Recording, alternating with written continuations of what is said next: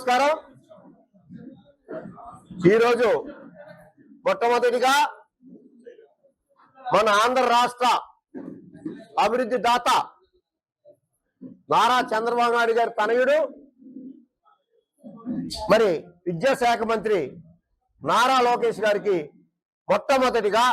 మనందరి తరఫున జిల్లా డాక్టర్ అంబేద్కర్ కోనసీమ జిల్లా అధ్యక్షునిగా,